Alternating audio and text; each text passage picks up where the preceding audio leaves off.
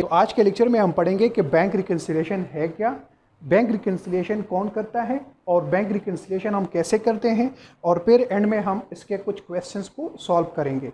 तो इंशाल्लाह आज के लेक्चर में आपको ये सारा कॉन्सेप्ट जो है वो क्लियर हो जाएगा। और गुड न्यूज़ ये है कि बैंक रिकन्सिलिएशन एक आसान है। इंशाल्लाह जब मैं आप लोग मुझसे पढ़ेंगे तो बैंक रिकन्सिलिएशन का टॉपिक आपको बिल्कुल क्लियर हो जाएगा, और इससे तकरीबन 2 MCQs जो है वो हर अटैम्प्ट में इससे आते हैं। ठीक है, तो बैंक रिकन्सिलिएशन इम्पॉर्टेंट टॉपिक है। अच्छा, तो सबसे पहले हम स्टार्ट करते हैं कि बैंक रिकन्सिलिएशन ये कौन करता है। आपने नोट किया होगा कि जब भी अकाउंटेंट की या फाइनेंस मैनेजर की या फाइनेंस ऑफिसर की जॉब्स अनाउंस होती है तो उसमें जॉब ड्यूटीज़ में लिखा होता है क्लियरली कि आपके जॉब ड्यूटीज़ में है कि आप बैंक रिकन्सिलिएशन भी करेंगे। ठीक है, तो this is one of the duty of the accountant. ठीक है, सीनियर अकाउंटेंट, इनका ये क्या काम होता है, एक उनके जॉब ड्यूटीज़ में एक है बैंक रिकन्सिलिएशन आपने करना है। अच्छा जी, हम बैंक रिकन्सिलिएशन कैसे करेंगे? तो सबसे पहले बैंक रिकन्सिलिएशन के लिए आपके पास 2 डॉक्यूमेंट्स रिक्वायर्ड है। ठीक है, 2 डॉक्यूमेंट्स कौन कौन से रिक्वायर्ड है? बैंक रिकन्सिलिएशन में 2 डॉक्यूमेंट्स हमें रिक्वायर्ड होंगे। ठीक है, नंबर वन हमारे पास कैश बुक रिक्वायर्ड होगा, कैश बुक। ठीक है, अच्छा जी, सबसे पहले हम क्लियर करते हैं कि बैंक रिकन्सिलिएशन कौन करेगा। ये अकाउंटेंट करेगा। This is the work of the accountant. ठीक है, बैंक रिकन्सिलिएशन अकाउंटेंट करेगा। और कैसे करेगा? तो इसके लिए जो 2 डॉक्यूमेंट्स रिक्वायर्ड होंगे, एक होगा कैश बुक और एक हमारे पास रिक्वायर्ड होगा वो बैंक स्टेटमेंट।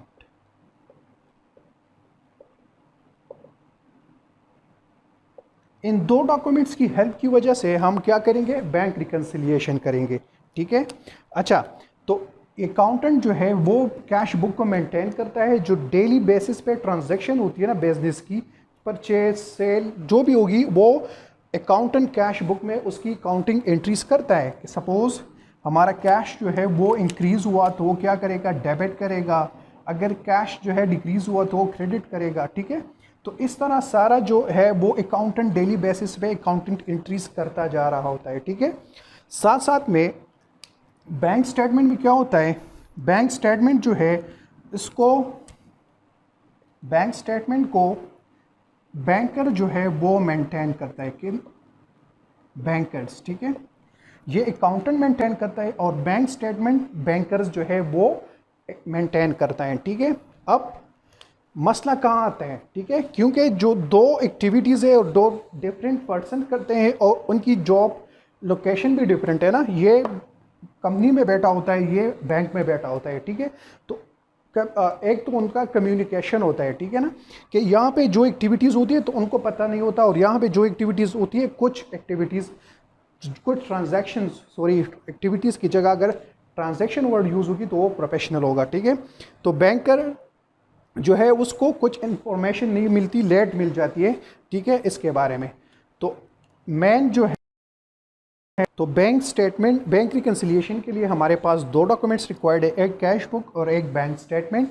ये अकाउंटेंट जो है मेंटेन करता है और ये बैंकर जो है वो मेंटेन करता है। ठीक है, अब आपने ये पॉइंट नोट करना है कि the balance shown by the bank column, the balance shown by the bank column of the cash book. जो कैश बुक में जो बैंक कॉलम होगा ना यहाँ पे, वो क्या करेगा, should always agree with the balance shown by the bank statement. ठीक है, ये टैली करेगा किसके साथ, बैंक स्टेटमेंट के साथ। ठीक है, तो bank column of the cash book should always agree with the bank statement. जो बैंक स्टेटमेंट में जो बैलेंस होगा और कैश बैलेंस में जो बैलेंस होगा, वो दोनों अगर टैली हो जाएंगे तो आपका बैंक रिकन्सिलिएशन हो जाएगा। ठीक है, अब नॉर्मली क्या होगा, बिजनेसेस जो होते हैं वो मंथ बाद जो है अपने बैंक रिकन्सिलिएशन करते हैं। ठीक है, तो वो क्या करते हैं, अपने बैंकर से बैंक स्टेटमेंट को मंगवाते हैं। ठीक है, और उसको फिर अपने कैश बुक के साथ वो टैली करते हैं। तो आपने क्या पॉइंट नोट करना है कि the balance shown by the bank column of the cash book should always agree with the bank statement. ठीक है, क्लियर? अच्छा जी, तो अब बैंक रिकन्सिलिएशन में हमारे पास कैश बुक और बैंक स्टेटमेंट में, कैश बुक और बैंक स्टेटमेंट में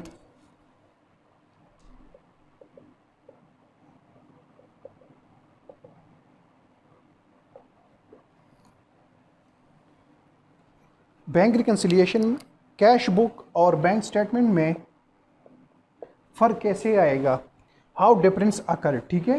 तो इसको हम एक एग्जांपल के थ्रू समझते हैं, ठीक है, और आपका कंसेप्ट बिल्कुल इससे क्लियर हो जाएगा, ठीक है।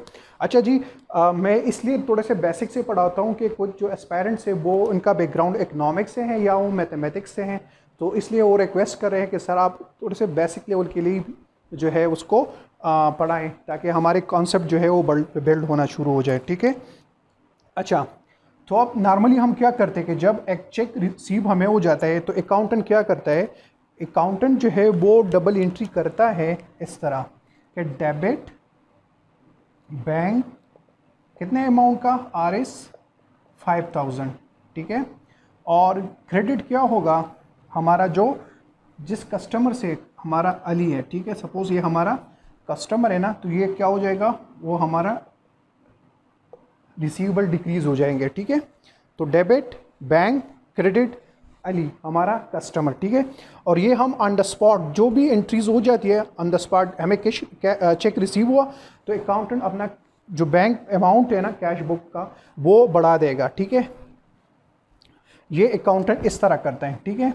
इसके बरक्स यहाँ पे बैंकर क्या करता है,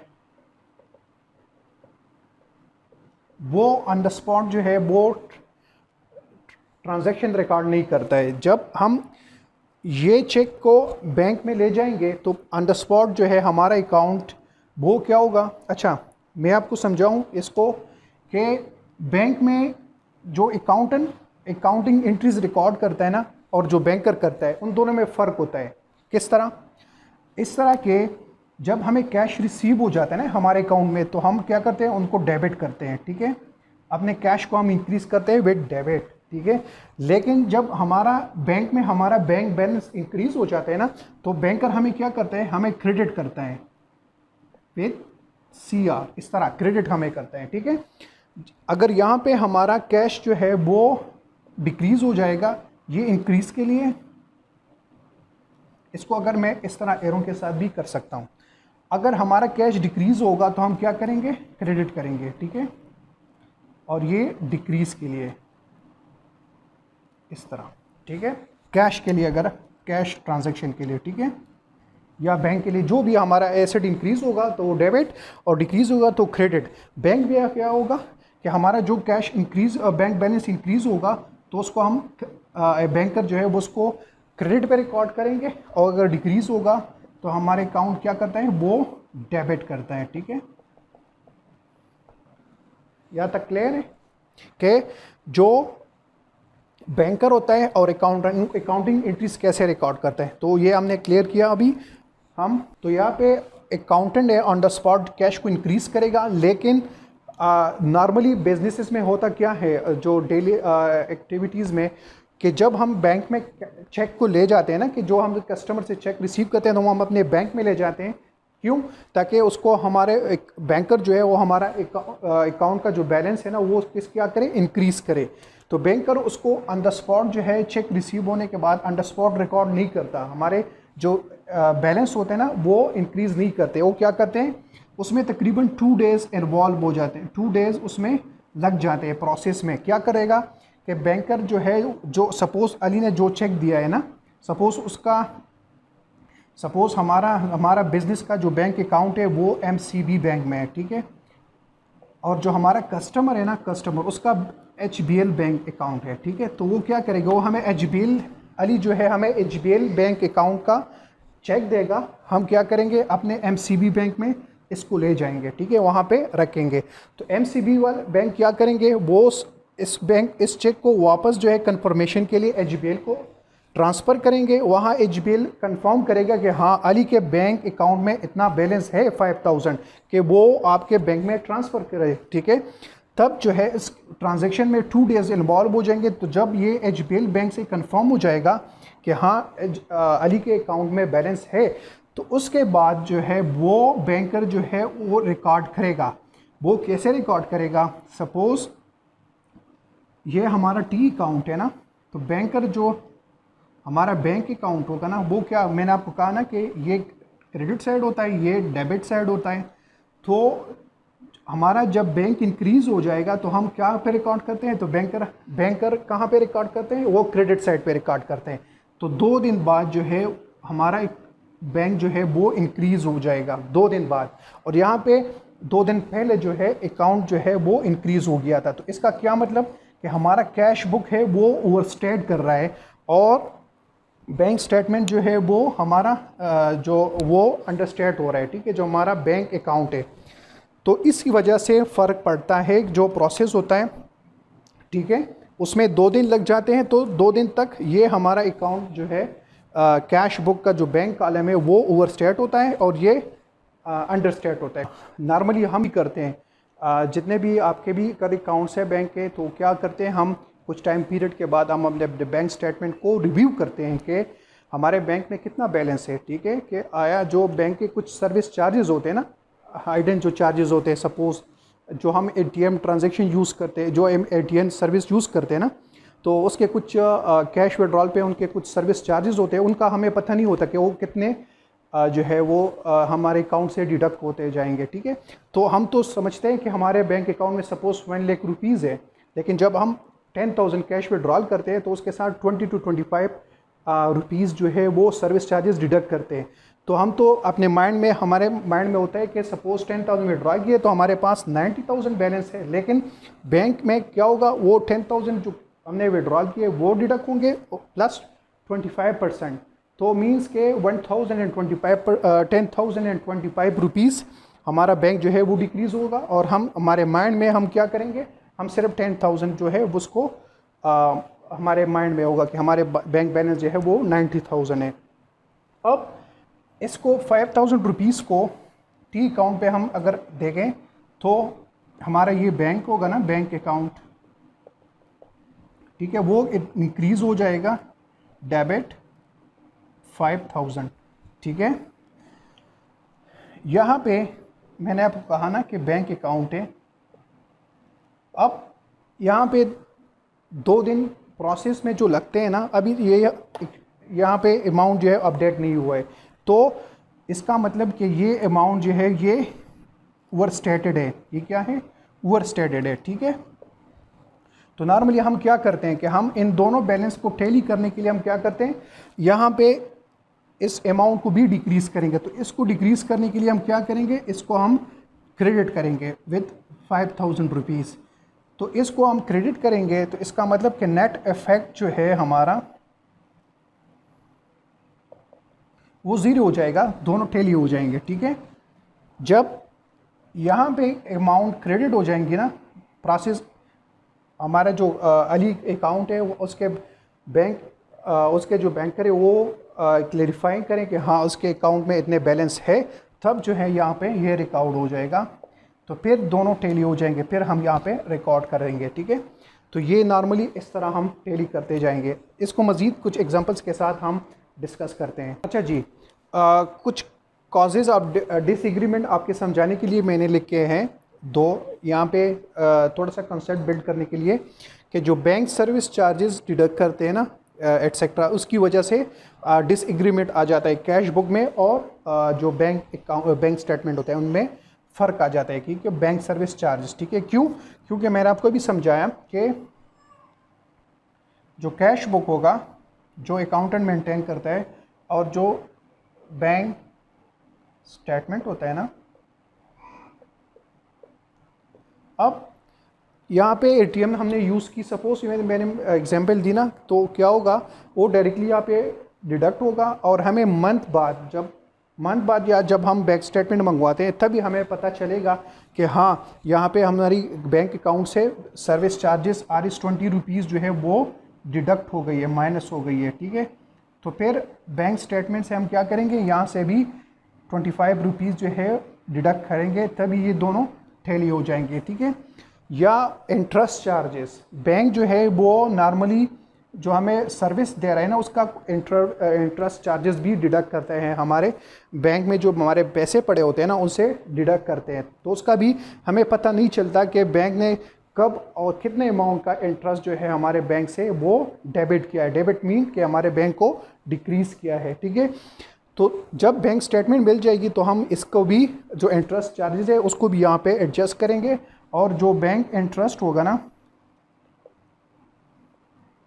बैंक इंटरेस्ट चार्जेस, उसको हम यहाँ से डिडक्ट करेंगे, तो तब भी ये दोनों बैलेंस जो है वो टैली हो जाएंगे, ठीक है। अच्छा, second, dividend received directly in the bank account. Dividend क्या मतलब है? डिविडेंड का मतलब ये है कि जब हमारा बिजनेस, ठीक है, जिसको हम रन कर रहे हैं अकाउंटेंट, वो किसी और कंपनी में जो है इन्वेस्टमेंट करेगा, ठीक है, तो उस पर एनुअली, क्वार्टरली या ईयरली डिविडेंड रिसीव हो जाएगा। लेकिन वो डिविडेंड डायरेक्टली जो है वो क्या होगा, हमारे बैंक अकाउंट में वो डायरेक्टली यहाँ पे आ जाएगा, ठीक है। क्योंकि डायरेक्टली यहाँ पे आएगा तो उसका मतलब यह है कि बैंकर ने हमारा जो अमाउंट है वो यहाँ पे रिकॉर्ड किया होगा। सपोज़ 1 लाख रुपीज़ का जो डिविडेंड है ना, वो यहाँ पे रिसीव हुआ है, ठीक है। तो यहाँ पे उन्होंने क्रेडिट किया होगा, लेकिन हमें पता नहीं चला। कब चलेगा? कि जब हम बैंक स्टेटमेंट मंगवाएंगे ना, वहाँ पे हम अपना बैलेंसेस देखेंगे कि क्रेडिट साइड इंक्रीज़ हो रहा है। क्यों? क्योंकि डिविडेंड रिसीव हुआ है। तो हम फिर क्या करेंगे, हम फिर यहाँ पे भी बैंक स्टेटमेंट से जब हमें कंफर्म हो जाएगा तो हम यहाँ पे अपना बैंक अकाउंट जो है उसको 10,000 रुपीज़ से डेबिट करेंगे, तो ये दोनों टैली हो जाएंगे। यहाँ पे जब हमारा अकाउंट बैंक में, बैंकर जो है हमारे अकाउंट इंक्रीज़ करते हैं तो वो क्रेडिट करता है, और जो अकाउंटेंट जो यहाँ पे हमारे अकाउंट मेंटेन करते हैं, जब वो इंक्रीज़ होते हैं तो उसको डेबिट करता है, ठीक है। तो कुछ यहाँ पे 2 पॉइंट्स मैंने आपको बताया, इस तरह मज़ीद और भी हैं, तो साथ साथ में मैं आपके साथ वो क्लियर करता हूँ, ठीक है। अच्छा जी, अब हम पढ़ेंगे कि कुछ इंपॉर्टेंट टर्म्स है जिसको बैंक रिकन्सिलिएशन करने में, अगर आपका कंसेप्ट क्लियर हो जाएगा तो आपको बैंक रिकन्सिलिएशन करना बहुत ज़्यादा इजी हो जाएगा, ठीक है।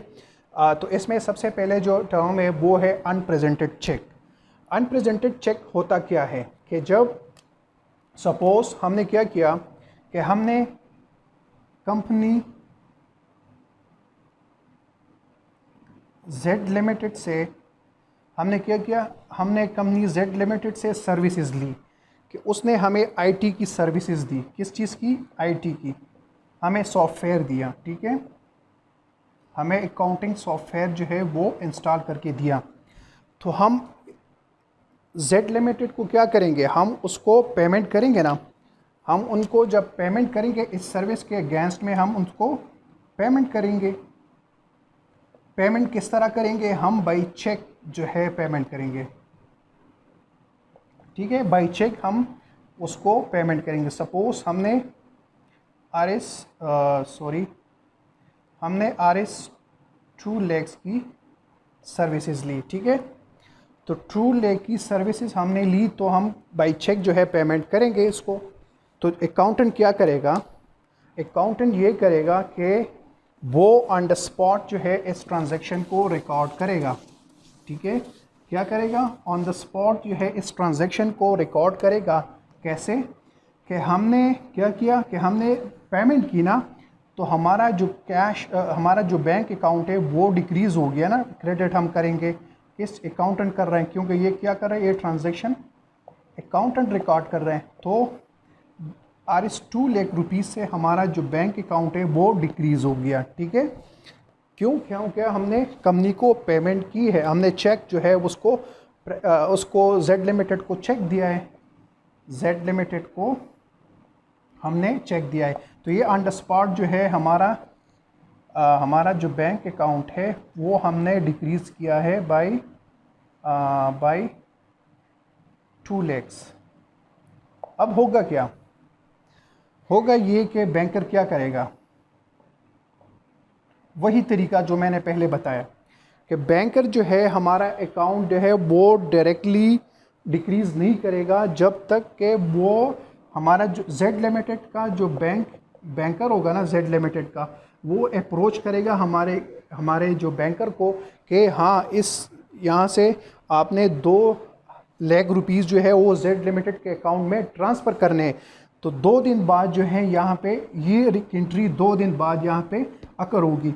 तो ये 2 दिन का जो डिफरेंस होगा ना, तो उसकी वजह से हमारा क्या होगा, हमारा जो बैंक अकाउंट है वो यहाँ पे जो हमारा कैश बुक का बैंक अकाउंट होगा वो डिक्रीज़ होगा और यहाँ पे इंक्रीज़ होगा, क्योंकि अभी तक बैंकर ने हमारे बैंक से 2 लाख रुपीज़ को वो जेड लिमिटेड को अभी तक ट्रांसफ़र नहीं किए।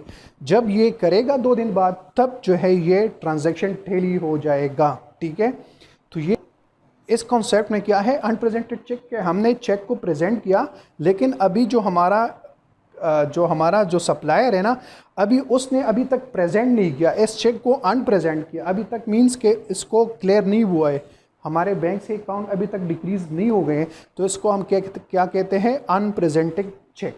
ठीक है, और मैं अभी इसके आगे बताऊंगा थोड़े टाइम बाद के अनप्रेजेंटेड चेक की ट्रीटमेंट हम कैसे करेंगे जब भी क्वेश्चन आएगा तो इसको, और ये बहुत ज़्यादा इंपॉर्टेंट है, हर एमसीक्यू में अनप्रेजेंटेड चेक का ट्रीटमेंट ज़रूर होगा। अच्छा जी, सेकंड इम्पॉर्टेंट जो हर एमसीक्यूज़ में एक ट्रीटमेंट आएगी, वो क्या होगा कि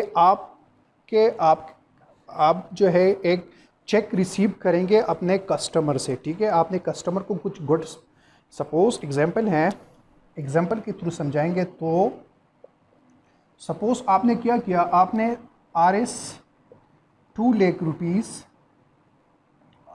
RS 200 गुड्स जो है, और आपने क्या किया, सेल टू कस्टमर अली। ठीक है, आपने क्या किया, RS 200 लैक्स के जो आपने क्या किया, गुड्स सेल किया, किसको, अली को। तो अली पेमेंट करेगा, अली क्या करेगा, अली आपको पेमेंट करेगा ना, पेमेंट नॉर्मली क्या होगा, नॉर्मली बिजनेसेस में बाई चेक पेमेंट होते हैं, कैश पे पेमेंट बहुत ज़्यादा कम होती है। क्यों, क्योंकि मनी लॉन्ड्रिंग के थ्रू नॉर्मली क्या होगा, ये वैसे थोड़े हटका मैं आपको कंसेप्ट से समझा रहा हूँ कि बिजनेसेस क्यों चेक के थ्रू पेमेंट करते हैं, बैंक ट्रांजैक्शन क्यों करते हैं, क्योंकि जिस बिजनेसेस में कैश ट्रांजैक्शन ज़्यादा होती है ना, कैश ट्रांजैक्शंस, तो वहाँ पे मनी लॉन्ड्रिंग की रिस्क होती है। ठीक है, तो नॉर्मली बिजनेसेस जो है वो बैंक के थ्रू जो है ट्रांजैक्शन करते हैं। ठीक है, और वैसे भी कैश ट्रांजैक्शन बहुत ज़्यादा रिस्की होती है, FBR पॉइंट ऑफ व्यू से अभी बहुत ज़्यादा अप्रिशिएट नहीं करती हैं कैश ट्रांजैक्शंस को। तो अली क्या करेगा, अली बाई पेमेंट करेगा किस थ्रू के, बाई चेक। अली पेमेंट करेगा बाई चेक। ठीक है, तो क्या होगा, अकाउंटेंट, फिर मैं कह रहा हूँ कि अकाउंटेंट क्या करते हैं कि वो ऑन द स्पॉट जो है, वो जैसे ही चेक हमें रिसीव हुआ ना, अली ने जैसे ही चेक भेजा, तो अकाउंटेंट डायरेक्ट जो है, हमारा जो बैंक अकाउंट होगा ना, वो क्या करेगा, हमारा जो बैंक अकाउंट होगा वो क्या करेगा, वो डायरेक्ट डेबिट करेगा बाई 2 लाख रुपीज़। 2 लाख जो है वो हमारा बैंक अकाउंट जो है वो इंक्रीज़ करेगा।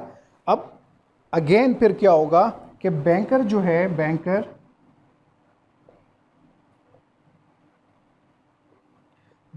तब तक रिकॉर्ड नहीं करेगा जब फिर वो 2 to 3 डेज़ जो साइकिल होता है ना, बैंक चेक जो है वो उसकी जो क्लेरिफिकेशन का टाइम जो होता है, तब तक जो है बैंकर रिकॉर्ड नहीं करेगा। तो इसका क्या मतलब है कि हमने ऑन द स्पॉट जो कैश इंक्रीज़ किया, तो क्या किया हमने कि हमारा जो कैश बुक है, कैश बुक का जो बैंक कॉलम है, वो हमने क्या किया, ओवर स्टेट किया है, और इसको क्या किया गया, हमने अंडर स्टेट किया है। अभी तक चेक जो है हमारे अकाउंट में यहाँ पे क्रेडिट नहीं हुआ है, तो इसकी वजह से एक अनप्रेजेंटेड चेक था और एक cheque received but not yet cleared by our banker. तो ये दोनों कंडीशंस जो है, इसकी वजह से हमारा बैंक स्टेटमेंट जो है वो टैली नहीं होता।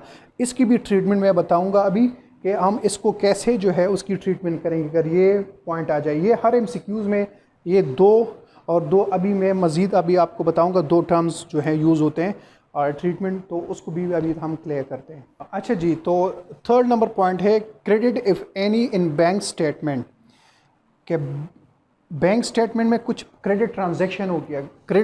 बैंक स्टेटमेंट में क्रेडिट ट्रांजैक्शन कब होगा, जब हमारा बैंक अकाउंट इंक्रीज़ होगा, तब जो है वो क्रेडिट होगा। तो इसका क्या मतलब है कि आया हमें कुछ इंटरेस्ट जो है वो रिसीव हुआ है या कुछ डिविडेंड हमारे अकाउंट में जो है वो रिसीव हुआ है, ठीक है। तो हम क्या करेंगे, जब इस ट्रांजैक्शन होगा ना तो क्या होगा, यहाँ पे सबसे पहले, यहाँ इस ट्रांजैक्शन में सबसे पहले बैंकर जो है रिकॉर्ड करेगा।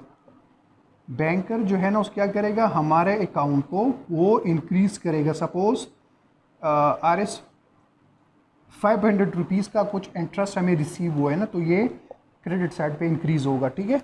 तो 500 रुपये का हमारा जो है वो बैंक अकाउंट जो है वो इंक्रीज़ होगा, ठीक है। ये बैंकर ने रिकॉर्ड किया क्योंकि ये डायरेक्टली हमारे बैंक में ये ट्रांजैक्शन आ गई है।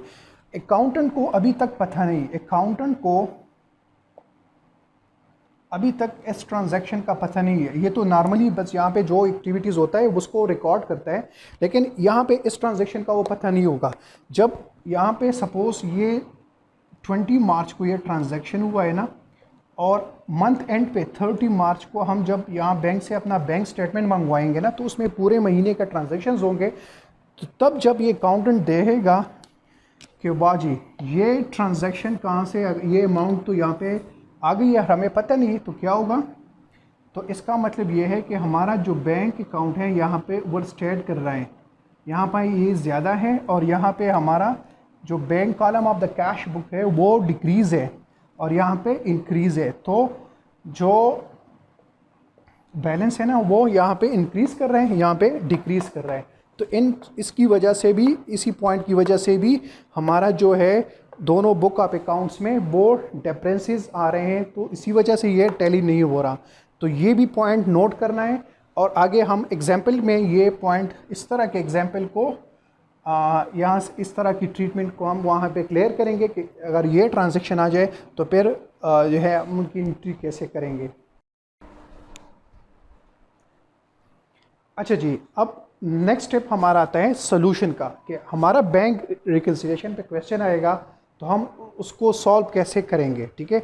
जो अभी मैंने आपको 4 पॉइंट्स बताए ना कि अनप्रेजेंटेड चेक, एक हमने चेक जो है अभी क्रेडिट किया लेकिन वो हमारे बैंकर ने क्रेडिट नहीं किया है, ठीक है, और एक जो वो क्रेडिट ट्रांजैक्शन हमारे इंटरेस्ट रिसीव हुआ या हमारे ATM के चार्जेस, वो उसको हम अभी एग्जाम्पल के थ्रू यहाँ पे उसकी वर्किंग करके मैं आपको समझाऊँगा, ठीक है।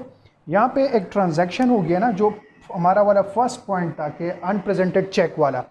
तो क्या हुआ कि चेक हमने इशू की, किसको, हमने एक कस्टमर को चेक इशू की है, कितने अमाउंट की, 4000 रुपीज़ की हमने एक चेक जो है वो अपने कस्टमर को इशू किया है। तो होगा क्या, नॉर्मली हमारा, अब इसको यहाँ पे भूल जाओ, ठीक है। हुआ ये कि अकाउंटेंट ने क्या किया, वो अकाउंटेंट ने क्या किया होगा, अकाउंटेंट ने फ़ौरन जब चेक काटा तभी उसने क्या किया होगा, उसने अपना बैंक जो बैलेंस है ना उसको डिक्रीज़ किया होगा। उसने क्या किया होगा, बैंक अकाउंट को 4000 रुपये से डिक्रीज़ किया होगा ना, डिक्रीज़ किया होगा, ठीक है। और डेबिट एक्सपेंस, हमारा जो एक्सपेंस होगा, क्लियर, 4000, ये अकाउंटिंग की डबल एंट्री हो गई, ठीक है। तो debit expense credit bank account. अब हमने चेक जो है इशू किया कस्टमर को, तो ये हमने ये ट्रांजैक्शन की। आगे कस्टमर क्या करेगा, उस चेक को अपने बैंक में प्रेजेंट करेगा, उसका जो बैंक होगा उस कस्टमर का, वो हमारे बैंक, जो हमारा बैंक अकाउंट होगा जिस बैंक में, तो उससे वहाँ से कंफर्म करेगा। तो उसमें डेज इन्वॉल्व होंगे ना, 2 to 3 डेज़ इन्वॉल्व हो जाएंगे। तब तक हमारा जो बैंक अकाउंट है वो डिक्रीज़ होगा। डिक्रीज़ क्यों होगा, कि हमने चेक काटा तो हमने अपना बैलेंस जो है वो डिक्रीज़ किया होगा ना। अकाउंटेंट को पता है कि हमने चेक दिया है, अभी वो आगे उस पर डिपेंड करते हैं कब अपने चेक अपने बैंक में वो प्रेजेंट करता है कस्टमर जो है। तो हम इस तरह की जब एग्जाम्पल आ जाएगी ना, MCQ इस तरह के आएगा, वो इस तरह आपको अमाउंट देगा कि हमारा जो बैंक बैलेंस है, बैंक में जो बैलेंस है बैंक स्टेटमेंट में, वो इतना अमाउंट है, और इसी ट्रांजैक्शन वो आपको देगा कि इस तरह एक ट्रांजैक्शन हुआ है। तो बताओ कि हमारा कैश बैलेंस किस तरह जो है वो रिकनसाइल होगा बैंक स्टेटमेंट के साथ। तो हम क्या करेंगे, अकाउंटेंट ने ये ट्रांजैक्शन की है, अब हम क्या करेंगे, अच्छा नोट करो, वर्किंग हम कर रहे हैं किस चीज़ की, कि जब हम कैश बुक के बैलेंस से बैंक स्टेटमेंट तक जाएंगे, हमारे पास जो अकाउंटेंट के पास कैश बुक होगा ना, वहाँ से अमाउंट लेगा और वहाँ से लेके बैंक स्टेटमेंट की अमाउंट तक जाएगा, तब ये हम वर्किंग करेंगे from cash book to bank statement. ये एमसीक्यूज़ में आपको गिवन होगा कि आप ट्रीटमेंट, आप इस तरह की कैलकुलेशन करो, लेकिन क्या करो, कैश बुक से लेके बैंक स्टेटमेंट की तरफ चले जाओ।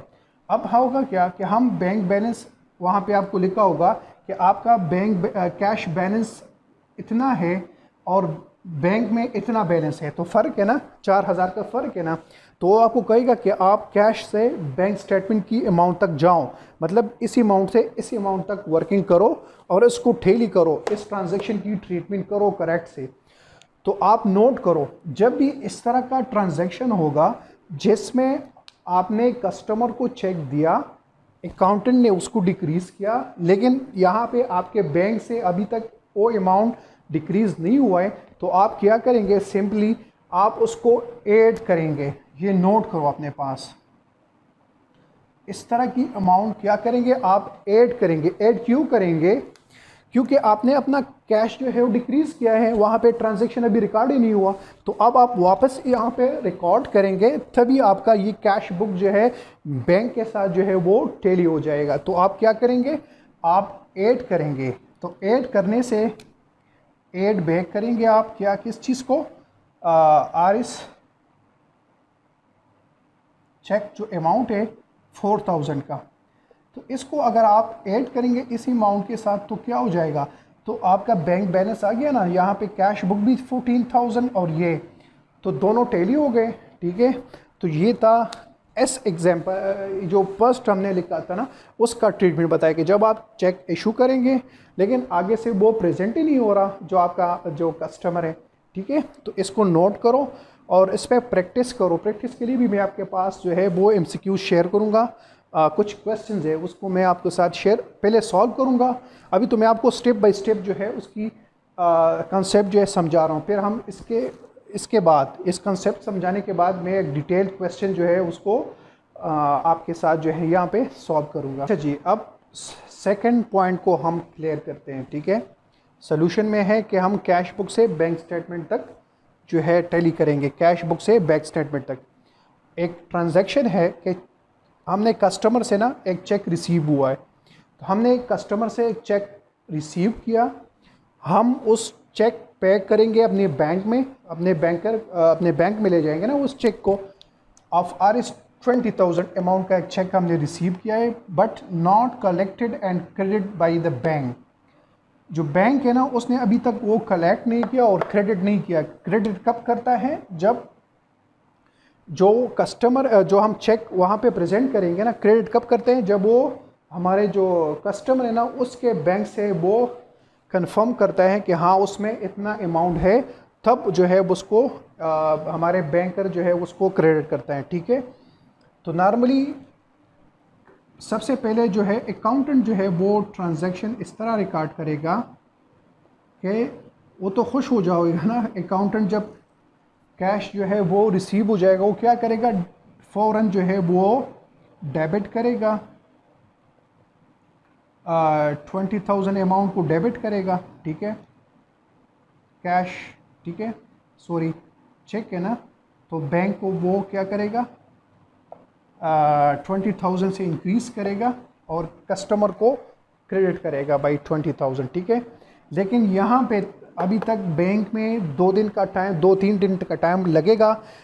किस चीज़ के लिए, इस चेक को क्लियर करने में। कैसे क्लियर होगा, जैसे मैंने पहले बताया कि हमारा बैंक जो है उस चेक को हमारे कस्टमर के जो बैंक अकाउंट होगा ना, जहाँ पे जिस बैंक में उसका अकाउंट होगा उस बैंक को फॉरवर्ड करेगा, वहाँ से वो क्लियर हो जाएगा, तब हमारे बैंक अकाउंट में आएगा, तब जो है वो यहाँ पे वो क्रेडिट करेगा। ठीक है, तो इसका मतलब क्या हुआ कि हमने चेक रिसीव किया तो हमने फ़ौरन अपना जो कैश बुक का हमारा बैंक कॉलम है ना उसको हमने इंक्रीज़ किया है, कितने अमाउंट से, 20,000, लेकिन बैंक अभी तक इंक्रीज़ नहीं हुआ, वो 3 दिन बाद होने वाला है। ठीक है, तो इसका मतलब ये है कि हमारा जो कैश बुक का बैंक कॉलम है वो हमने ओवरस्टेट किया है, वो हमने क्या किया है, ओवरस्टेट किया है, और जो हमारा बैंक अकाउंट है वो अभी क्रेडिट है, अभी क्रेडिट नहीं हुआ है तो डिक्रीज़ है। तो इसका एग्जांपल हम इस तरह करेंगे, हम कैश बुक से बैंक स्टेटमेंट जा रहे हैं, ठीक है, कैश बुक के बैलेंस से इस अमाउंट के जा रहे हैं। अब इस तरह के फॉर्मेट में पेपर में जब आएगा ना, तो इस तरह के फॉर्मेट में आप अपने पास लिखते जाएं स्टेप बाय स्टेप, तो आप फिर कंफ्यूज नहीं होंगे थ्योरी में, ठीक है। तो आप सबसे पहले लेंगे, आपको गिवन होगा कि आप क्वेश्चन में के, अभी मैं आपको शेयर भी करूँगा क्वेश्चन, कि बैलेंस पर कैश बुक इज़ 1,20,000, ठीक है, यहाँ पे लिख के, और आपने ठीक करना है इस अमाउंट को इस अमाउंट के साथ। तो नीचे लिखो कि बैलेंस पर बैंक स्टेटमेंट में इतना अमाउंट है, कैश बुक में इतना अमाउंट है। अब आगे यहाँ पे हम क्या करेंगे कि ट्रीटमेंट, हमारे इस ट्रांजैक्शन का ट्रीटमेंट क्या होगा। हमने अपने कैश बुक को ओवरस्टेट किया है, अभी चेक रिसीव हुआ है, सिर्फ क्लियर नहीं हुआ और हमने फ़ौरन रिकॉर्ड किया है, तो हम क्या करेंगे, इस तरह की जब भी ट्रांजैक्शन आएगी ना, तो आप इसको नोट करो। ये 2-3 पॉइंट्स है, उसको आपने बिल्कुल मेमोराइज करने, बिल्कुल आपको जो भी इस तरह क्वेश्चन आएगा ना, फ़ौरन आपको पता होना चाहिए कि ये मैं ऐड करूँगा कि लेस करूँगा इस अमाउंट के साथ, ताकि मैं इस अमाउंट पे आ जाऊँ, ठीक है। तो पहले वाले हमने क्या किया था, उसको ऐड किया था। अब यहाँ पे हम क्या करेंगे, इस तरह की ट्रांजैक्शन आएगी तो हम इसको डिडक्ट करेंगे,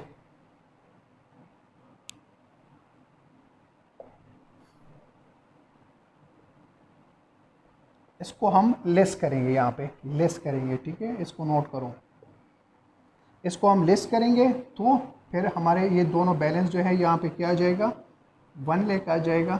तो ये दोनों अमाउंट जो है अभी टैली हो गए, ठीक है, तो ये अमाउंट अभी टैली हो गए, ठीक है।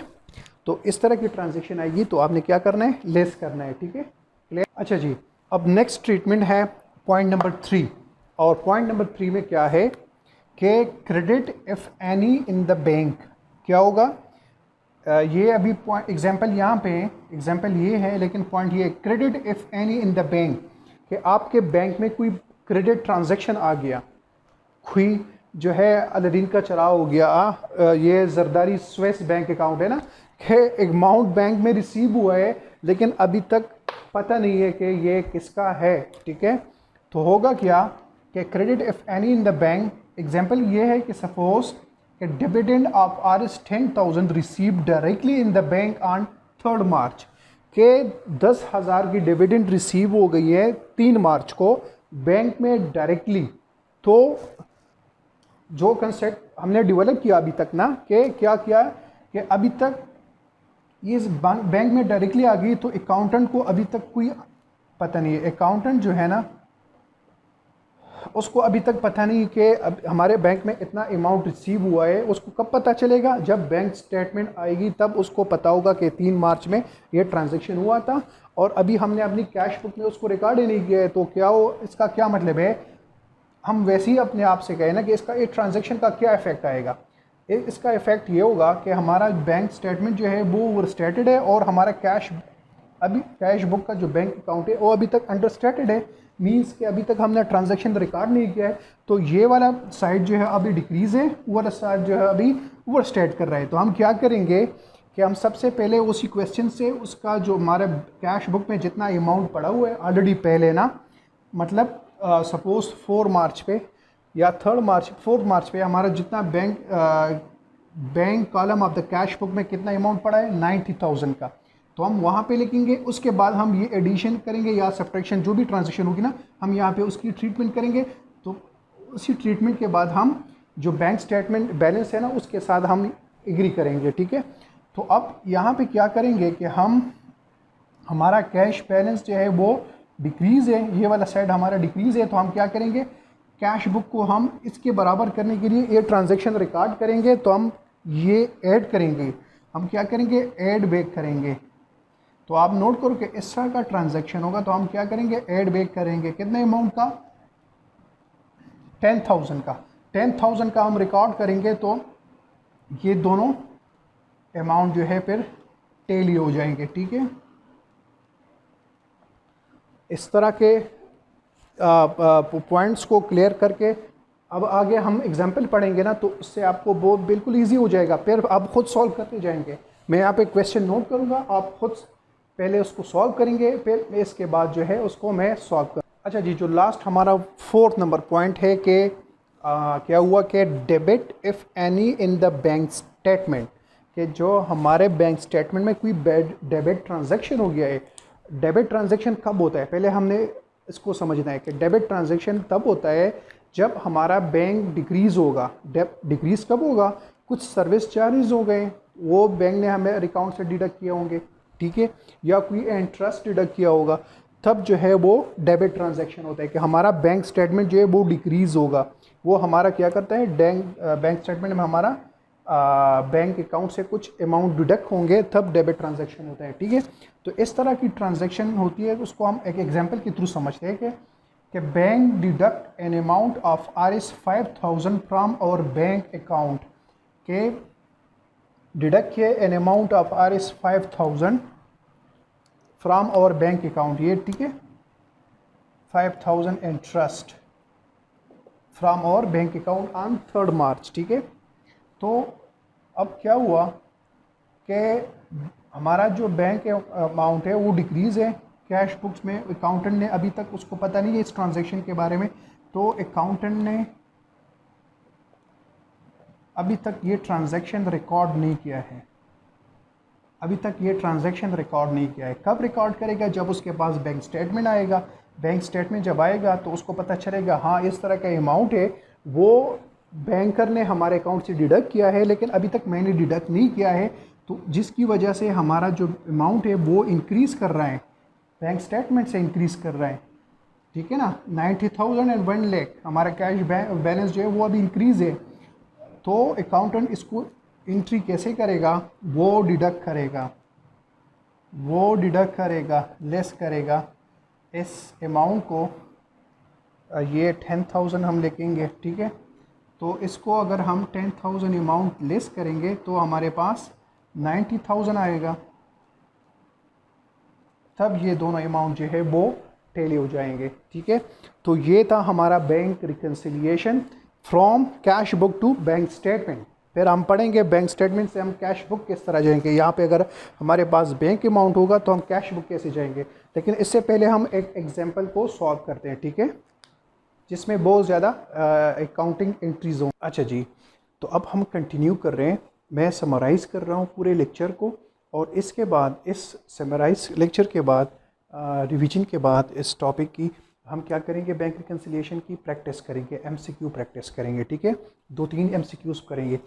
तो इंशाल्लाह ये पूरा घंटा है ना, 1 घंटा लेक्चर होगा या इससे बहुत, इसमें आपका बैंक रिकन्सिलिएशन फुल कवर हो जाएगा। इसके बाद आपने मज़ीद उसको बुक से नहीं पढ़ना है, सिर्फ इस नोट्स बनाने हैं इसके, और इस पर आपने प्रैक्टिस करना है, ठीक है। मैं कोशिश करता हूँ कि प्रैक्टिस के लिए भी आपके साथ MCQs को शेयर करूँ, ठीक है। अच्छा जी, ये है इंफॉर्मेशन, ठीक है, और ये 4 पॉइंट्स है जो मैंने ऑलरेडी डिस्कस की है। और यहाँ पे क्या लिखा है कि cash book shows debit balance. आपका जो कैश बुक है ना वो क्या शो कर रहा होगा, मैंने पहले बताया ना कि कैश बुक जो है वो हम क्या करते हैं, डेबिट साइड पे उसके जो है पॉजिटिव बैलेंसेस जो है वो हम क्या करते हैं, डेबिट साइड पे शो करते हैं। लेकिन इसके बरक्स हमने क्या कहा था कि जो बैंक है, बैंक में हमारा पॉजिटिव बैलेंस, या बैंक में जो हम अपने कैश डिपॉजिट करते हैं वो कहाँ पे रिकॉर्ड करते हैं बैंकर, वो क्रेडिट साइड पे जो है रिकॉर्ड करते हैं। तो हमारे कैश बुक का डेबिट साइड और हमारे बैंक स्टेटमेंट का क्रेडिट साइड, ये दोनों इक्वल होते हैं, ठीक है। दोनों का मतलब सेम होता है, हमारा डेबिट और बैंक में हमारा जो अकाउंट है वो क्रेडिट साइड, ठीक है। तो इसलिए यहाँ पे लिखे कि cash book shows debit balance and bank statement shows credit balance, ठीक है। तो इसके बाद हम क्या करेंगे, अच्छा पहले हम क्या करेंगे, cash book to bank statement. हम अपने 2 डॉक्यूमेंट्स होंगे ना, कैश बुक और बैंक स्टेटमेंट, हम दोनों का रिकन्सिलिएशन कर रहे होंगे ना। या तो हम अपनी कैश बुक के बैलेंस से शुरू करके बैंक स्टेटमेंट के बैलेंस तक जाएंगे, या बैंक स्टेटमेंट के बैलेंस से शुरू होकर कैश बुक के बैलेंस तक जाएंगे, ठीक है। तो ये 2 कभी कभी एग्ज़ाम में यही पूछता है और कभी एग्ज़ाम में ये पूछता है कि आप कैश बुक के बैलेंस से शुरू करके बैंक स्टेटमेंट चले जाओ, या बैंक स्टेटमेंट से शुरू होकर कैश बुक तक चले जाओ, ठीक है। तो ये कंडीशन, अगर 4 कंडीशन होंगे दोनों क्वेश्चंस में, या तो आपको ये गिवन होगा या ये गिवन होगा, तो आपने ये फॉलो, ये समराइज़ है, आपने इसको एक पेज पे लिख के ना इसको रिवाइज करते करके जाओ तो आपका प्रैक्टिस हो जाएगा। वही 4 कंडीशंस है कि check issued but not presented into bank, कि हमने चेक इशू किया है लेकिन हमारे जो क्लाइंट है उसने अभी तक अपने बैंक में और अभी तक उसने डिपॉजिट नहीं किया है, तो इसलिए अगर ये हम कैश बुक के बैलेंस से शुरू करेंगे तो हम इसकी ट्रीटमेंट ये करेंगे, लेकिन अगर हम बैंक स्टेटमेंट से शुरू करके बैंक कैश बुक तक जाएंगे फिर हम इसकी ट्रीटमेंट ये करेंगे। अच्छा, इसका ये मतलब है कि सपोज़ हम शुरू करते हैं ना क्वेश्चन के कैलकुलेशन कि हमारे पास कैश बुक बैलेंस से हम शुरू करें, सपोज़ वो है हमारे पास 10,000, ठीक है, ये क्वेश्चन में गिवन होगा, इसके बाद ये एडिशन होंगे, ये सब जो है आपको दिए होंगे रिक्वायरमेंट्स। तो cash issued but not presented into bank, हमने क्या किया होगा, अकाउंटेंट ने क्या किया होगा कि जब उसने चेक इशू किया तो फ़ौरन जो है उसको क्या किया होगा, उसने अपने बिज़नेस के बुक्स कैश बुक को कम किया होगा, तो हम कम किया होगा और बैंक जो है वो इंक्रीज़ कर रहा होगा, ठीक है, तो हम क्या करेंगे, उसको जो है कैश बुक के साथ इसको ऐड करेंगे, तब जो है हम बैंक स्टेटमेंट के दोनों जो है बैलेंस इक्वल हो जाएंगे। अगर चेक पेड इनटू बैंक, हमने चेक पेड किया है into bank but not collected credit in the bank, हमने एक चेक कस्टमर से रिसीव किया है और अपने बैंक में डिपॉजिट किया है, तो जैसे ही चेक रिसीव हुआ अकाउंटेंट ने क्या किया, फ़ौरन जो है उसको इसकी एंट्री की होगी और कैश बुक को बढ़ाया होगा, जबकि बैंक अभी तक नहीं बढ़ चुका होगा क्योंकि वो 2 दिन बाद होगा, तो हम क्या करेंगे, अपने बैंक को कम करेंगे, ठीक है, अपने कैश बुक को कम करेंगे तो बैंक स्टेटमेंट के अमाउंट तक हम टैली करेंगे, ठीक है। अच्छा, फिर credit if any in the bank statement, अगर बैंक स्टेटमेंट में कोई क्रेडिट, हमने क्या कहा, क्रेडिट कब होता है, बैंक में क्रेडिट कब होता है, जब कोई अमाउंट हमारे पास आ चुका होगा हमारे बैंक में, तो हमारा बैंक बैलेंस बढ़ चुका होगा और अभी तक यहाँ पे अकाउंटेंट को पता नहीं, जब तक बैंक स्टेटमेंट नहीं आ चुका होगा तो ये कम होगा और बैंक स्टेटमेंट ज़्यादा होगा, तो हम क्या करेंगे, हम अपने बैंक कैश बुक को बढ़ाएंगे, हम अपने कैश बुक को बढ़ाएंगे, ऐड करेंगे, तो तब ये दोनों टैली हो जाएंगे, ठीक है। फिर debit if any in the bank statement, debit in the bank statement, ये है बैंक स्टेटमेंट। बैंक स्टेटमेंट में डेबिट कब होता है, जब हमसे पैसे, हमारे बैंक से पैसे निकल जाएं तो तब ये डेबिट होता है। तो इसका ये मतलब है कि बैंक स्टेटमेंट में कोई डेबिट हुआ है, मतलब हमारा बैंक स्टेटमेंट जो है वो कम हुआ है और हम कैश बुक से शुरू कर रहे हैं ना, बैंक कैश बुक के बैलेंस से शुरू कर रहे हैं, तो हम क्या करेंगे, यहाँ पे ये बैलेंस कम है, यहाँ पे ज़्यादा है, तो हम क्या करेंगे कि ये दोनों बैलेंस बराबर हो जाए, तो हम अपने कैश बुक को भी कम करेंगे, लेस करेंगे, ठीक है, लेस करेंगे, तब जो है बैंक स्टेटमेंट तक हम चले जाएंगे। अच्छा, अब ये दोनों सेम है, कॉन्सेप्ट सेम है, इस तरह आपने करना है, क्योंकि बैंक स्टेटमेंट के अमाउंट से हम शुरू करेंगे, यहाँ पे हमने कैश बुक लिखा था ना यहाँ से, तो हम यहाँ पे लिखेंगे bank statement, bank statement amount से हम शुरू करेंगे और यहाँ तक इसको टैली करते, इसकी एडजस्टमेंट करते करते हम कैश बुक की अमाउंट तक आ जाएंगे, ठीक है। अच्छा, इसमें क्या होगा कि check issued but not presented into bank, इसकी यहाँ पे हम ट्रीटमेंट कैसे करते होंगे कि जब हम बैंक स्टेटमेंट की अमाउंट से शुरू करेंगे कि check issued but not presented into bank, कि हमने चेक इशू किया, तो इसका क्या मतलब है कि अभी बैंक में यहाँ पे कोई ट्रांजैक्शन अभी तक रिकॉर्ड नहीं हुआ बैंक में, लेकिन हमने चेक इशू किया होगा, तो अकाउंटेंट ने क्या किया होगा, कैश बुक को कम किया होगा, लेकिन अभी तक बैंक स्टेटमेंट में, बैंक अकाउंट में अभी तक यहाँ पे कोई हाथ एंट्री नहीं होगी, तो हम क्या करेंगे, कैश बुक कम है तो हम अपने बैंक स्टेटमेंट को भी कम करेंगे, तो हम लेस करेंगे, ठीक है। Cheque paid into bank but not collected credit into bank, हमने चेक जो है कस्टमर से रिसीव किया है, तो हमने कैश बुक को इंक्रीज़ किया होगा और यहाँ पे अभी तक एंट्री नहीं की होगी, ठीक है। तो इसका क्या मतलब है कि हम अपने बैंक को भी बढ़ाएंगे, ठीक है, हम अपने बैंक को भी बढ़ाएंगे, तो दोनों टैली हो जाएंगे। तो हम इसको यहाँ पे ऐड करेंगे। Credit if any in the bank statement, bank statement में कोई क्रेडिट है तो इसका क्या मतलब है कि हमने अपने बैंक को बढ़ाया है लेकिन कैश बुक में अभी तक कोई एंट्री हमने नहीं की है, कैश बुक में अभी तक कोई एंट्री नहीं की है। तो हम क्या करेंगे, हम बैंक स्टेटमेंट को बढ़ाएं तो हम बैंक स्टेटमेंट को वापस इसको कम करेंगे, ठीक है, इसको हम लेस करेंगे तो हम जो है बैंक स्टेटमेंट के अमाउंट से चले जाएंगे। Debit if any in the bank statement, debit का क्या मतलब है, debit in the bank statement कि हमारा बैंक कम हुआ है, हमारा बैंक कम हुआ है लेकिन यहाँ तक अभी तक एंट्री नहीं होगी क्योंकि जब तक बैंक स्टेटमेंट नहीं आ चुका होगा। तो हमने बैंक स्टेटमेंट को कम किया है और यहाँ पे अभी तक कोई इस तरह जो है इसका नहीं हुआ। तो हम क्या करेंगे, हम इसको भी लेस ऐड करेंगे, हम इसको ऐड करेंगे तो ताकि दोनों अमाउंट वापस क्या हो जाए, सेम हो जाए, ठीक है। तो इस तरह आपने हर क्वेश्चन के साथ आपने ये फॉर्मेट जो है याद करना है, ठीक है। ये तो मेरे कॉन्सेप्ट के लिए, आप इसको बेशक रट्टा भी लगा सकते हैं और फिर जो है हर क्वेश्चन के साथ सॉल्व करने से पहले इसको रिपीट करें और फिर जो है उसको सॉल्व करें।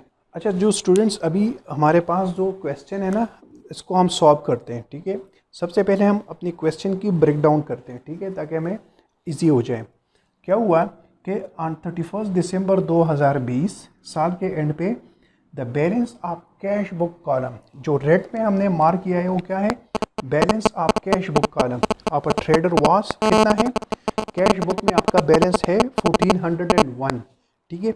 ये अमाउंट क्यों हमने कम लिखा है, क्योंकि एग्ज़ाम के क्वेश्चंस में कैलकुलेटर अलाउड नहीं है, तो आपने इस तरह कम अमाउंट से वहाँ पे भी होगा ताकि आपको कैलकुलेशन में इजी हो, ठीक है। तो कैश बुक कॉलम में आपके कैश बुक अकाउंट में कितना अमाउंट है जो अकाउंटेंट मेंटेन करता है, जो अकाउंटेंट मेंटेन करता है उसमें बैलेंस है 1401, ठीक है। अच्छा, and the balance as shown by the bank statement, अभी ये रेड में मैंने मार्क किया, बैंक स्टेटमेंट में कितना अमाउंट है, जो बैंकर जो एक मेंटेन कर रहे हैं बैंकर, उसमें आपका बैलेंस है 2253। अब देखो ना दोनों में कितना फ़र्क है ना, ठीक है। इसलिए हम बैंक जो है रिकन्सिलिएशन करते हैं, ठीक है, कि हमारे जो कैश बुक के जो बैंक कॉलम है उसमें वर्सेस बैंक स्टेटमेंट में, इन दोनों का हम कंपैरिजन करते हैं, तब इसको हम टैली करते हैं, ठीक है। अच्छा, तो दोनों में फ़र्क है, ठीक है।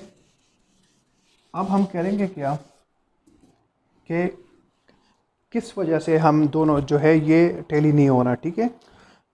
तो हम क्या करेंगे, हम कैश बुक से शुरू करके बैंक स्टेटमेंट में चले जाएंगे। कैश बुक के इसी अमाउंट से क्या करेंगे, स्टेप वन हमारा क्या होगा कि बैलेंस फॉर कैश बुक कितना है हमारा 1401, ये हमारा, हम इसी अमाउंट से शुरू करके बैंक स्टेटमेंट के अमाउंट में ये 2253, ठीक है, यहाँ तक हम इसको ले जाएंगे, ठीक है। अब यहाँ पे कौन कौन सी ट्रांजैक्शन है जो मिसिंग है, जिसकी वजह से ये ट्रांजैक्शन कंप्लीट नहीं हो रही है। It was found that a cheque, note करते जाओ, it was found that a cheque of RS 116 paid on 31st December was not credited until the January 2011। क्या किया हमने, पेड किया एक चेक अपने बैंक में, हमने अपने चेक जो है उसको वहाँ पे अपने क्रेडिट चेक अपने बैंकर को प्रेजेंट किया है, लेकिन अभी तक वो क्रेडिट नहीं हुआ। तो ये चेक अभी तक क्रेडिट नहीं हुआ, तो इसका क्या मतलब है, हम पहले समझते हैं कि जब हमने चेक जो है रिसीव की होगी और उसको हमने क्या किया, अपने बैंकर को सेंड किया होगा, हम अकाउंटेंट ने क्या किया होगा, अकाउंटेंट ने डायरेक्टली जो है वो कैश इंक्रीज़ किया होगा ना, कैश इंक्रीज़ किया होगा क्योंकि चेक हमने रिसीव किया है और उसको हमने अपने बैंक वालों को प्रेजेंट किया है।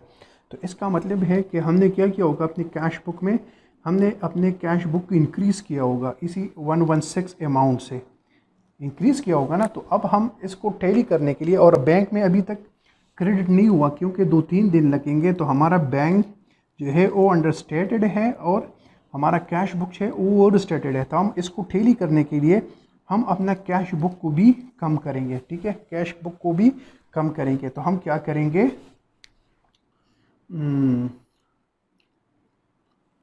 अनक्रेडिटेड चेक को हम क्या करेंगे, लेस करेंगे। वो कितना अमाउंट है, वो है हमारा 116, इसको हम लेस करेंगे, ठीक है, डिडक्ट और हम लेस लिखेंगे, ठीक है। अच्छा, अब इसके बाद फिर क्या है कि in the following cheques drawn, मतलब हमने चेक्स बनाए हैं। हम चेक्स कब बनाते हैं, हम जब किसी को पेमेंट कर रहे होंगे ना, तो इसका मतलब हम कस्टमर्स को पेमेंट कर रहे हैं, सप्लायर्स को हम पेमेंट करें। Cheques drawn prior to 31 December were not presented in at the bank for payment until 5 January. हमने कुछ सप्लायर्स को पेमेंट की बाय चेक की है, लेकिन अभी तक उन्होंने बैंक में वो प्रेजेंट नहीं किया। इसका क्या मतलब है, अकाउंटेंट इसको कैसे रिकॉर्ड करता है, जब हम चेक जो है वो ड्रॉ करते हैं तो क्या करते हैं, वो फौरन जो है कैश बुक को डिक्रीज करता है, कैश बुक वो क्रेडिट करता है, ठीक है। लेकिन ये ऑन द स्पॉट करता है ना, कब, ऑन 31 दिसंबर, ये 100 दिसंबर ये ट्रांजैक्शन रिकॉर्ड करता है अकाउंटेंट। और उसने क्या किया है, जो हमारे सप्लायर है उन्होंने 5 जनवरी तक, अभी तक वो बैंक में अभी तक वो चेक उन्होंने प्रेजेंट ही नहीं किया अपनी चेक्स को 5 जनवरी। तो मतलब अभी तक हमारे जो बैंक अकाउंट में वो अभी तक ये अमाउंट जो है, ये जितने भी ट्रांजैक्शन है ना, ये सारे अभी तक हमारे अकाउंट में है। मतलब हमारा जो बैंक है ना, बैंक ओवर स्टेटेड है और हमने अपने कैश को कम किया हुआ है, हमने अपना कैश को कम किया हुआ है, बैंक जो है यहाँ पे इंक्रीज़ है। तो हम क्या करेंगे, हम अपना बैंक को क्या करें, हम अपना कैश बुक को क्या करेंगे, इंक्रीज़ करेंगे। कैसे करेंगे, हम ऐड करेंगे, हम यहाँ पे क्या करेंगे, हम अपने कैश बुक के साथ वापस ऐड करेंगे इन ट्रांजैक्शंस को, एक ये, एक ये, एक ये और एक ये। जब हम ये सारे ऐड करेंगे तब हम जो है अपने बैंक के बैलेंस के साथ टैली कर जाएंगे, ठीक है। तो हम यहाँ पे ऐड करेंगे कितना अमाउंट, एक है 29, एक है 801, एक है 6 और एक है 132। तो इन सारों को हम ऐड करेंगे, यहाँ पे ये लेस करेंगे, तो हमारे पास हम टैली कर जाएंगे इसके पास, ठीक है। तो ये एक एग्जांपल था, ठीक है, एग्जांपल तो नहीं था, पूरा क्वेश्चन था, इसको हमने सॉल्व किया। तो आप काइंडली इस तरह करें ना कि आप बैंक रिकन्सिलिएशन के इंटरनेट से कुछ क्वेश्चंस को निकालें, इसको आप सॉल्व करें। जो पहले हमने एक बनाया था एक फॉर्मेट, उसको आप यूटिलाइज़ करें। अगर फिर भी आपको कन्फ्यूजन है तो काइंडली आप मुझे कमेंट्स में इसको बताएं। तो साथ साथ में मैं आपके पास जो है ये आपके साथ इसको दोबारा सॉल्व करूँगा, ठीक है। अब हमने बैंक रिकन्सिलिएशन टॉपिक जो है हमने उसको कंप्लीट किया है। नेक्स्ट में हम क्या करेंगे, अच्छा, जो स्टूडेंट्स जो इकनॉमिक्स वगैरह से रिलेटेड है ना, इनके लिए मैं इन 30 डेज प्लान से हट के ना, उनको मैं बेसिक्स से पढ़ा रहा हूँ, बेसिक्स से उनको पढ़ाऊँगा। डेबिट, क्रेडिट रूल्स पढ़ाऊँगा कि डेबिट क्रेडिट रूल्स क्या होगा, कैसे इंक्रीज़ होता है, कैसे डिक्रीज़ होता है, जो एसेट्स और लाइबिलिटी का क्या कॉन्सेप्ट है, ठीक है। जितने भी प्रिंसिपल ऑफ अकाउंटिंग बिल्कुल बेसिक से मैं चैप्टर 1 से शुरू करके ना बिल्कुल टॉपिक बाई टॉपिक, जैसे क्लासेस में पढ़ाते हैं टीचर्स, तो बिल्कुल वही से तरीके से मैं पढ़ाऊँगा इंशाल्लाह। और आप लोगों को भी जो भी टॉपिक मैं मिस करता चाहूँ ना, तो आप मुझे रिमाइंड कर दे जाएँ ताकि हम इसको टच करके जाएँ। ठीक है, अस्सलाम।